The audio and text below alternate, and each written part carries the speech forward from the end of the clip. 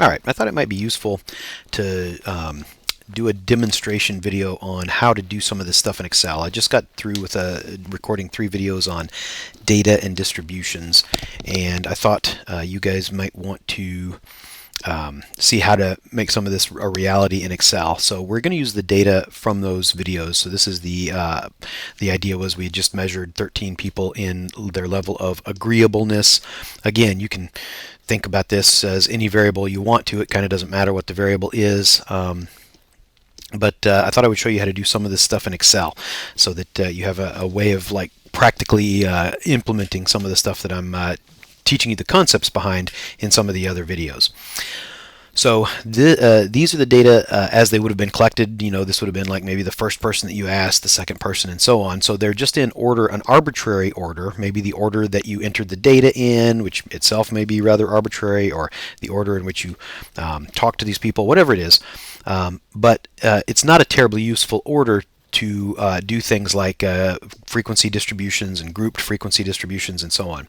So one of the first things you want to do is I'm going to click and drag here, and I'm going to sort these data by agreeableness. So to do that in Excel, I'm going to go up here to the Data tab and Sort, and then make sure that Excel guessed that your data has headers, if your data does indeed have headers. And if it doesn't, you can just click that on, and it'll recognize the headers, and then tell it what you want to sort by. I want to sort by agreeableness. And you can also change. Now I'm going to keep it from smallest to largest. That's the default. But you could change that and sort largest to smallest if you wanted to do that. Okay. But we're going to sort smallest to largest. Now we have it in sorted order. This is exactly the same sort you saw if you watched the grouped frequency histogram video. Okay, and now I'm going to show you from here how to calculate the grouped frequency histogram, how to construct your classes, and then from there how to do the grouped frequency histogram, which is super easy once you have your frequency distribution. All right, so we're going to have classes, we know that, and we're going to have a frequency count in those classes. But to construct those classes, actually I'm going to put frequency over here for right now, because to construct those classes we need the lower real limit and the upper real limit. So LRL, lower real limit, URL, upper real limit to the classes in order to figure out what the class needs to be. Okay, and so remember how we figure out the real limits to our data. The lower real limit of the entire data is going to be the lower real limit of the lowest datum, or the minima in our data. And of course, once we've sorted it, that's easy to see. That's a 1 is the minima in our data. And the lower real limit is just going to be the lowest thing that we would round up to a 1. And the smallest thing that we would round up to a 1, of course, we said was a 0.5. Oh, and I'm kind of jumping ahead of myself, by the way, because we also need to determine first the real range of the data, which is just going to equal that the upper real limit of our data minus the lower real limit. And so the upper real limit of our data, remember, is going to be the largest thing that we would round down to 15. It's actually going to be the tiny bit above that, because it's going to be the thing we would round up to 16, because we would round anything smaller than that down to 15. So of course that's going to be 15.5. That is the upper real limit of the entire range of our data, minus 0.5, the lower real limit of the lowest datum. And of course that equals 15, right? I just cheated there and typed it all in. I could use an Excel formula here. 15.5 minus 0.5, and of course equals 15. There you go. Okay. So that's the real range, and then what we wanted to do with the real range, the class interval, or class width, often called. Let me widen that thing there so that we can see that. Get rid of that. Clean that up a little bit. There you go. The class interval is just going to be the real range divided by the number of classes we want to use, and I'll in order to make this video maybe a little bit more self-contained, I'll just go ahead and say we just decide on the number of classes. The analyst, the data analyst, decides how many classes that person wants to use. Since our real range is 15, we really want something that evenly divides into 15. And a nice even number that divides evenly into 15 would be 5. So let's use 5 classes. And that gives us our width, which is going to be 3. So in order to get the upper real limit of this class, we have the lower real limit. It's the same as the lower real limit of the lowest datum. In order to get the upper real limit of this class, we just add to the lower real limit of the class interval. Now let me show you how to do this. Class interval is going to be 3, but now I've actually clicked on a cell, and so Excel is referring to that cell here. But if I were to copy and paste this here, Excel would change this reference to the cell right below it here. Let me widen that out a little bit. Excel would then refer, if I copied and pasted here, it would refer down to here, to this cell. And I don't want that. I want it to keep referring to this cell. So to make Excel stick with cell E17, and this 3 right here, when we copy and paste, I'm going to put a $sign in between the E and the 17. And that tells Excel, keep E17 as the reference here. Alright, so I've typed in an equation here, equals, and then I clicked on this cell to get it to fill in the D2 for me, plus, I could have typed it in, but I clicked on the cell, plus E17, and then I stick a $sign in between, and that gives me the upper real limit of this class, and that tells me that since the lower real limit is 0.5, the upper real limit is 3.5, this class goes from 1, what I would round up this lower real limit to, 1 to 3. What I would round down this upper real limit to. So this is going to be a class 1 to 3. Now here's another thing to know about Excel that's kind of tricky, and this actually has screwed some researchers up before who didn't know that Excel was doing this, especially in the area of genetics. I read an article a few years ago about how a lot of genetics research tripped over this. If I just enter 1-3 or 1-3, watch what happens when I hit enter. Oh, it changes it to a date. What a pain in the neck. Excel is assuming that I'm trying to enter a date. Not entirely sure, especially in North American distributions of Excel, why they would assume that, because we use slashes in North America for dates most of the time. But anyway, Excel does make that assumption. So how do I get around that? Well, here's how you do it. Right? You ready? Go in that cell. You're going to use a single quote symbol. Single quote or apostrophe. Single apostrophe. That's the word I was looking for, apostrophe. All right, and then I'm going to enter 1-3, and what that apostrophe does is it tells Excel, put in this as a string exactly as I put it in. Don't mess with it. Don't try to use any of your artificial intelligence on me, Excel. And it leaves it 1-3. Fantastic. All right, now this part's really cool because now I don't have to figure out the next lower real limit. All I have to know is that it's actually the upper real limit of the next lowest class. So here I can just put equals that upper real limit, and now I've filled in the lower real limit to this class. And now watch what I can do. If I copy this, oh, I shouldn't use fast keys, should I? Since this is a video, I should use the right click. Copy. There it is, copy. And paste. And it automatically fills in the next upper real limit. And now watch what I can do. This is really cool. If I copy both of these, and I know I'm using 5 classes, so I just need 3 more of these, right? I have 2 classes worked out. I just need 3 more. And paste. And it fills in all of my lower real limits and upper real limits. If you'll go back to the video on grouped frequency distributions and group frequency histograms, you'll see that that's exactly what these are. All right, and now it's quite obvious how I can fill out the apparent class limits here. So I want apparent class limits here. So my next one is not going to be 1 to 3. It's going to be, and I have to use that apostrophe again, 4 to 6, right? Because I'm just going to round up the lower real limit, round down the upper real limit to come up with the apparent limits. The limits here are 4 to 6. Nope, Excel's trying to guess what I want to type, but that's not right. I want to type 7 to 9, and then 10 to 12, and this last one, since it can't be a date, you don't need the apostrophe. Check this out. 13 to 15, don't need the apostrophe. Fantastic. So now I've got my classes, Now it's just a matter of counting up the number in each class. Now Excel does have a function for doing this. I'm trying to think. I think I've used that function maybe once or twice. I'm not going to show you how to use it now because I'll probably screw it up and just embarrass myself and have to restart this video. Since we have such a small data set, we'll just do the old-fashioned counting by hand, but then we can count it up to count up our frequency.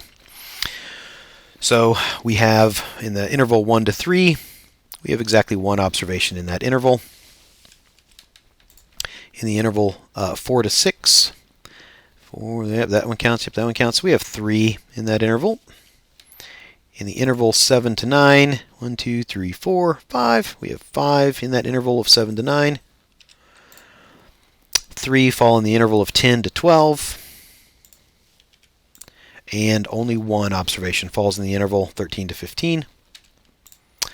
All right, and now I can actually get rid of the upper real limits and lower real limits of the grouped frequency distribution because I don't need them anymore. I only needed them to figure out what my classes should be. Now that I know what my classes are, I'm just going to get rid of those. Uh-oh, I guess I couldn't. Oh yeah, I can get rid of that. Haha. There we go. And now we have a grouped frequency distribution. Let's go ahead, since I'm doing this demonstration, I've demonstrated this in another video, I think, but let's go ahead and turn this into a nice APA style table since we're here and we can. The first step we're going to do, we're going to click and drag to select just that table. We're going to go to Home tab and to our alignment here, and we're going to center all that stuff so it's nice and centered. There you go. And now what I need to do is actually insert, not there, only here, since APA style tables are actually double spaced. Here, I'm going to get rid of these two here. Oh, I should have mentioned what I was doing before when I got rid of, here, let's just put some garbage here. I'll show you how I was getting rid of that. I forgot to mention that. I'm pressing down Control and the minus sign. Not the minus sign that's along the top of your keyboard. The minus sign that's on the number keypad on your keyboard. Control, minus, deletes. Now, Control plus does the exact opposite. It actually... Oh, and let me do that here, get rid of this just to make this look nice. So again, Control minus gets rid of that extraneous stuff there. Now, APA style tables are double spaced, so I need to insert spaces here everywhere except between the header row and the first row of data. Don't need a space there, but I do need a space here. So I'm going to click and drag to select this second row, Control and the plus sign. And again, use the plus sign on the number keypad on your keyboard. If you don't have a number keypad, if you're using a laptop or something, then you do have to use the one that's across the top of your keyboard, and that is a shift function. The plus sign is a shift function, so it would be Control, Shift, and plus. And what it does, let me show you what it does. Control plus. And it gives you this option, do I want to shift cells right or shift cells down? It's guessing that I want to go down. That's exactly what I want to do. So I'm just going to click OK, and it shifts it down. I'm going to now do that to every row. Control plus, shift down. Control plus, shift down.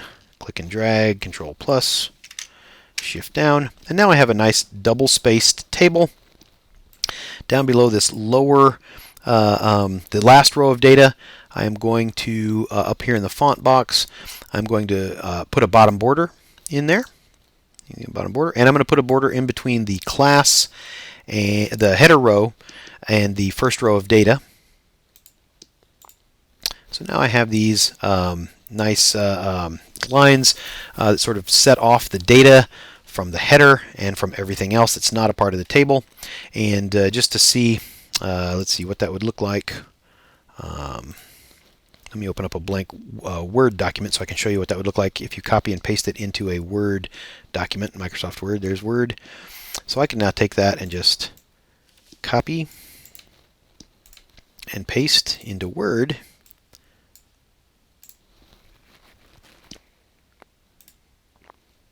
And boom, I've got a nice looking table. Okay, it's not a great table, but it's all right. Okay, but what I really want to do now is turn this into a grouped frequency histogram. So I'm actually going to reverse the double spacing now to make it easier on myself. So I'm going to click and drag to select all these spaces and Control minus. Shift cells up. Yep, that's what I want to do. Shift cells up. Get rid of those spaces that I just put in. so that it makes it a little bit easier for me to now put in a grouped frequency histogram. Now, to do that, I'm going to go here to the Insert tab in Excel, Insert, and you can see here that you actually have one option is Insert a Statistics Chart. Maybe we'll try that. I don't think so. I saw a histogram. Where was it? Anyway, the point that I was going to make with the histogram was that it's actually terrible. It doesn't work terribly well, so we're just going to do a bar chart. Okay, so I'm going to click and drag to select only the classes and the frequencies. You can try it by clicking and selecting your header row as well. Excel does not know what to do with them, so don't do that. Well, try it. No, you should try it just to see what happens. Maybe Excel's gotten smarter since I made this video. But I'm going to select my class labels and my frequency counts, and then I'm going to insert a column chart, or some places call it a bar chart. They call it a sideways one, a bar chart. I'm just going to insert a standard column chart. Here we go. Okay, it's pretty ugly looking, but it did chart exactly what I wanted it to. And so now let me show you how to fix this chart so that it actually looks nice too. One, you can give it a title. That's the first thing probably that I would do. Grouped frequency histogram. You might give it a more descriptive title for whatever you're doing. We do want these bars to be a little bit fatter. We don't want them to touch necessarily. I mentioned in the last video, make them touch if your variable is a continuous variable.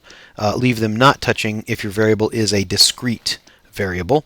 Of course, that's just a guideline. That's not a hard and fast rule. You can do whatever you want. Make it look any way you want to. But let's see here. Yeah, so I'm going to click on the Format Data Series. If you don't have this open already, if it wasn't open, you can just click on this and then right-click and Format Chart Area. Or let's see, there should be a, I guess so, Format Chart Area. And then if you click on the bars themselves, you'll get back to the Format Data Series. So I'm going to click on this little symbol here that looks like the data series.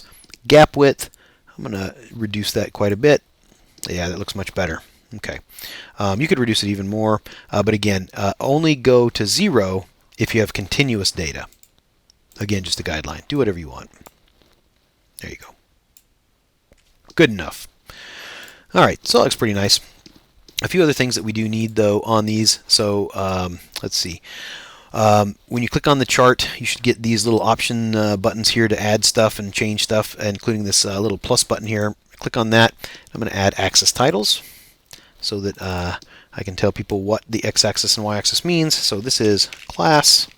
Of course, if you have a specific, I could call this groups, agreeableness groups, or whatever I want to call it. I'm just going to call it class for now. And then here, click on the y-axis title. Double click to select everything in there. Get rid of it and just put in here. I'll just write out the whole word this time. Why not? Frequency.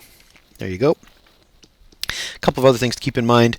When you go to put this into like papers and stuff, usually the font doesn't come out as big as you think it's going to. So select all of your fonts, go back to your home page, increase the size of all those numbers to something that's a little bit more reasonable so that it's readable in the paper. So I'm going to change all those to 12. Change these to 12. You can also change which font you use. Looks like it defaulted to Calibri. I don't know how you say that. Okay, you can change the color here. If you don't want it to be blue, you can change to whatever color you want. Let's see, I bet you that does that. Yep, color, change it to whatever you want it to be. Why didn't that work? Maybe because I don't have anything selected. Okay, I don't know. None of that's working. You know what I can do? I can right-click, Format Data Series, change my color there, change the fill. If you want it to be grayscale, if you want it to be red, whatever you want. That's not red, was it? That was orange. There you go. Ooh, nice and bright. Okay, a couple of other things that I like to do. I'll just show you how to do them. You don't need to do them, but I kind of like it. First of all, when you put this into a paper, it's nice if there's no border because then it just blends into the paper itself. So I always Format Chart Area, and then border, no line, and then often, not always, but very often I'll also get rid of these lines, especially since if it's, so I'm going to click in such a way that I get just these little, they kind of look like bubbles on the ends of the lines. Let me show you again how I do that. So you're just clicking around here, clicking stuff in the chart. Click really near one of those lines, and it will select just those lines. You know you got the lines when you get these little bubbles on the end. And then hit your delete key, and it gets rid of it. I think that just makes a cleaner looking chart. Of course, it also, in some charts, if they're really complicated, you don't have these reference lines, and so it might be harder to see. But I think it's pretty easy to see here that, hey, that's 5, you know, that's 3. That's not too tough to figure out. So it all depends on your chart and your situation, what your data looks like and stuff. But now let me show you if I copy this and throw this into Word. Here's our table that we had before.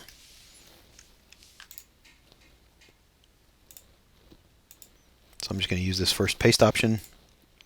And there you go. That's what it looks like. And see, without the border, it kind of looks nice. It just blends in with the rest of the paper. It looks nice. That's a matter of opinion. You can do it any way you want to. But now you've seen how to do a couple of these things in Excel.